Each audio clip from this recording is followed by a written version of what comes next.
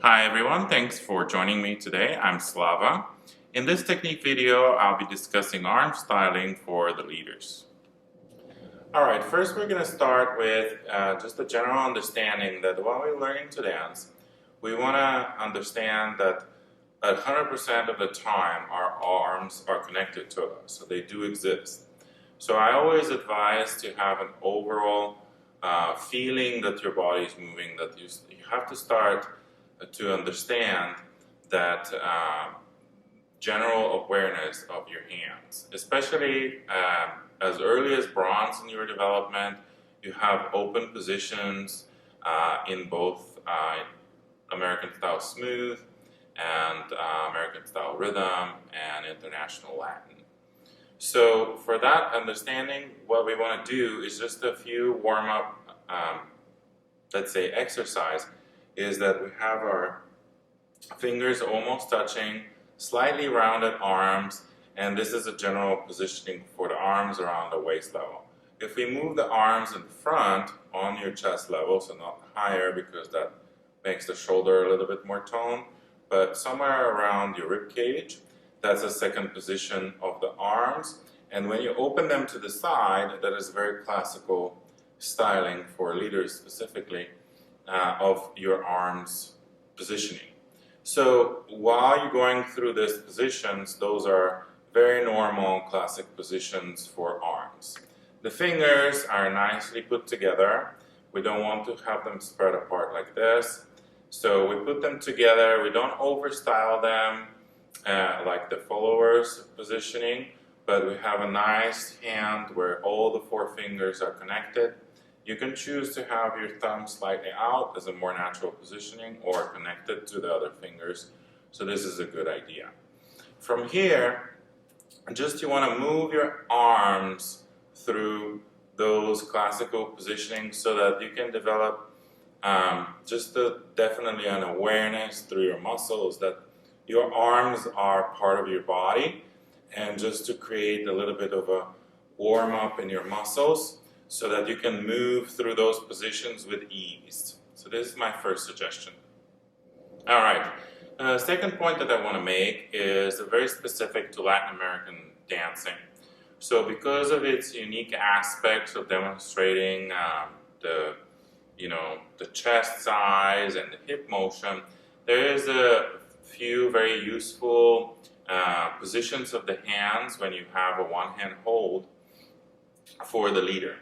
Those are, if I have my left hand with my partner, those are emphasizing my hip, so I'll put my hand on the hip, slightly below my belt and slightly above my pocket. So this is a very common position for when we want to emphasize a hip action, or just in general you feel like your dancing is more about your hips. And then a second very specific to the leaders is a hand on the chest. So those are very unique positions that are different from the classical ones, that are very specific for Latin American dancing. Alright, in this part I would like to point out a few things that you want to look forward to, in a sense that you always want your arms to be in front of your body. What do I mean? Is if I'm in profile position, if my hand is on my hip like we discussed for Latin American styling, we don't want to put it behind the hip because then the elbow starts being behind the shoulder. So this is not very desirable. Same thing with the chest. We don't want to put the hand on the side of the chest because the elbow starts being behind the shoulder and then therefore produces a very, not desirable look or a picture where my arm is slightly behind my body. So even though my hand is on my hip, I still have a sensation of frame. So here I'm holding my partner, my follower, and when I put my hand on the hip, I definitely apply pressure, which then has energy in the arm. You don't want to put your hand and have no energy, and then the hand is just hanging and you just basically, it looks like you forgot about your hand. Yes, you're trying to do some styling, but at the same time, there is no energy in that position. So half of your body has no muscular tone. So every place I put my hand, whether it's on the hip, on the chest, I definitely have energy throughout my hand and through my back, then therefore it creates a balance of effort. Same thing when I reach for my partner, I want to go from position 2 right here and go for her back. And always I want to make sure that my shoulder is the highest point, elbow second, and then my hand is slightly the lowest point. You don't want to have your elbow higher than your shoulder or your hand higher than your elbow. It produces a not a desirable look. My teacher used to say that if you have a raindrop on your shoulder, it will slide to your elbow and go out of your fingers. And that can be, even with when we talk about position to the side, it is not flat to the side like somebody ironed your arm and it's sticking out like an antenna. We want to always have a slightly rounded look, in a sense that this is a more desired because it slightly has a curvature to it. So therefore it's very normal for how muscles and body work together with the joints. Alright, in this section I'm going to give you some examples, and this is going to be focused on Latin American styling, both for rhythm and international Latin. So we're going to take some few very normal positions with the one hand hold, those being crossover break or a New Yorker, and fifth position break or hand to hand as known in international style. So I'm going to give you 3 options, guys. So this will be, and I'm going to be with the back so that when I rotate, the styled hand is going to be towards you. So first we're going to start with New Yorker or crossover break. We have our opening, so we have cha, cha, 1. And the first styling is very classic, arm to the side. So right here, as you can see, I have my arm to the side, and even though I'm turned a little bit more, it's still, the positioning of the hand is in front of my body, so I don't want to put it behind my chest. So this is a very classical position, very easy to do. This is arm to the side, and then very easy to change hands, and then do it on the other side. Again, arm to the side, and cha, cha, 1. Second styling is like we talked about the hip. So if I want to emphasize my hip, I have cha, cha, 1, and then I have my hand on my hip for the crossover New Yorker, back, changing the hand, and again, hand on the hip is very subtle, but at the same time, very unique to Latin American styling. And again, the third one, when I'm really confident, I'm going to put my hand on my chest. I want to make sure that my elbow is not behind my chest. So I'm emphasizing my chest, and cha, cha, 1. Emphasizing my chest, cha, cha, 1. Another one, of course, is very common, the same thing in the rumba. So for example, we have slow, arm to the side, quick, quick. Slow, change hands, quick, quick. Slow, quick, quick. Slow, or again, hip, quick, quick. Slow, quick, quick. Slow, chest, quick, quick, slow, quick, quick, slow. So these are very common figures. Same thing, of course, if we do hand to hand or fifth position break, I can open my hand to the side. Again, I want to make sure that my hands are in front of my body. So this is the classical arm styling to the side. Quick, quick, slow. For rumba, quick, quick, slow, hip, quick, quick, slow, hip, quick, quick, slow, or chest, quick, quick, slow, quick, quick, slow. So as you can see, this is very common.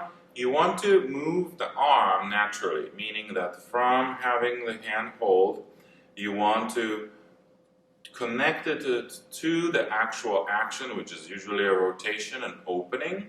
So you want to follow from having your partner's hands to naturally opening on this, let's say the quick or the 2, and back back to your hand position. Same thing with the hip. So you want to match that timing, that from letting go of your partner to your hip, very clear on the beat. So it's not after, it's not on the way back, it's not hanging on your side. Definitely, you already are aware of your hand.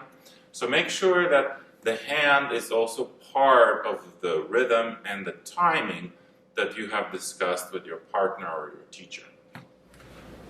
Alright, so a general positioning for American style smooth is usually open to the side.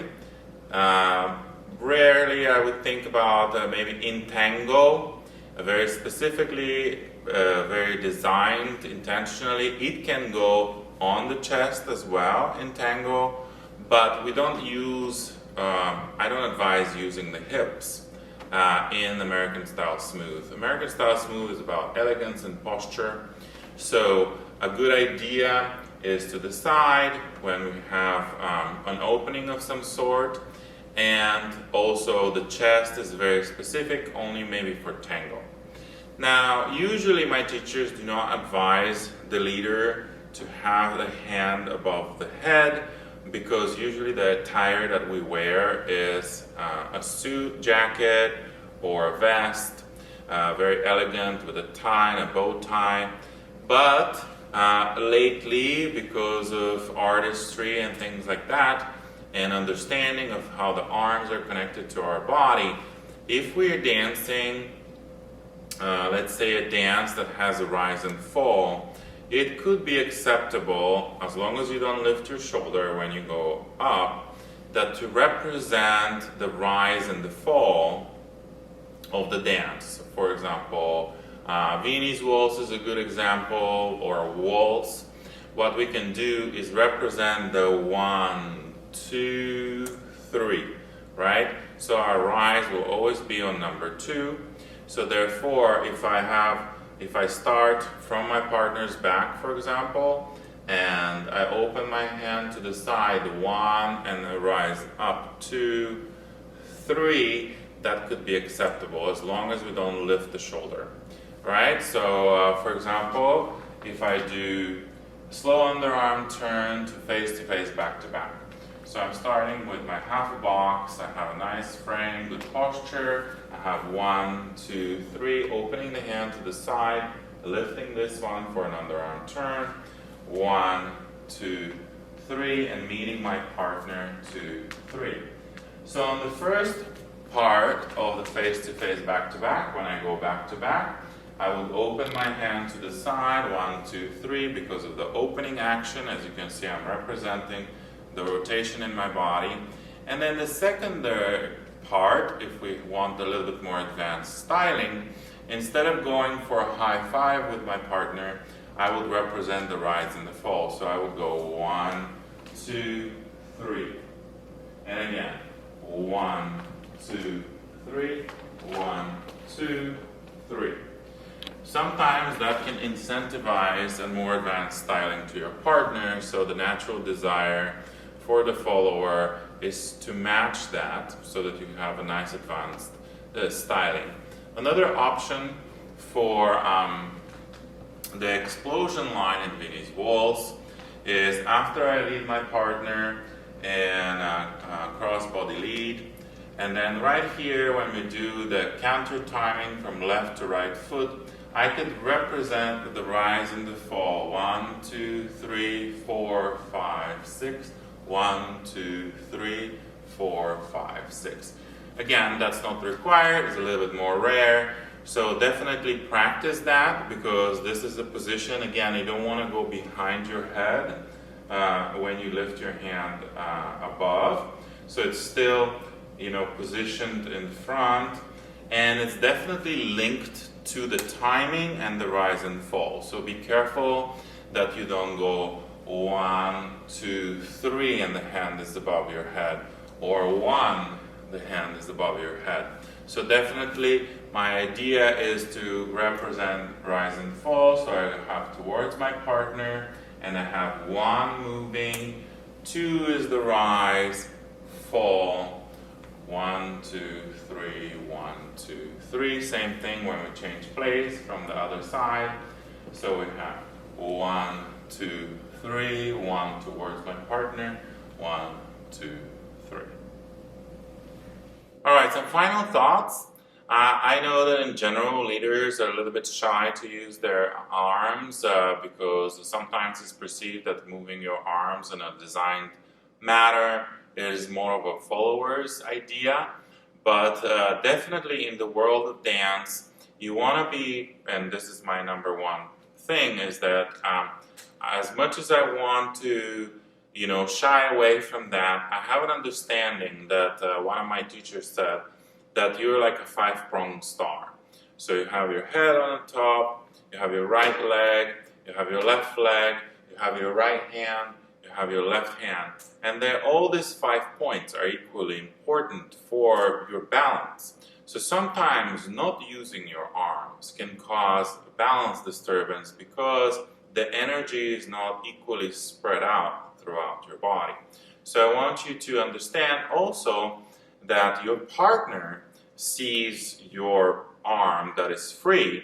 So naturally, you might want to satisfy in relation to partnering skills that you want to use and represent with your arms what is going on in your body. Whether it's a hip action that you want to continue the wave through your body, through your spine, and then laterally across your arms, or whether it's a rise and fall. It feels nice that all your body parts participate in your dance and nothing is left unused.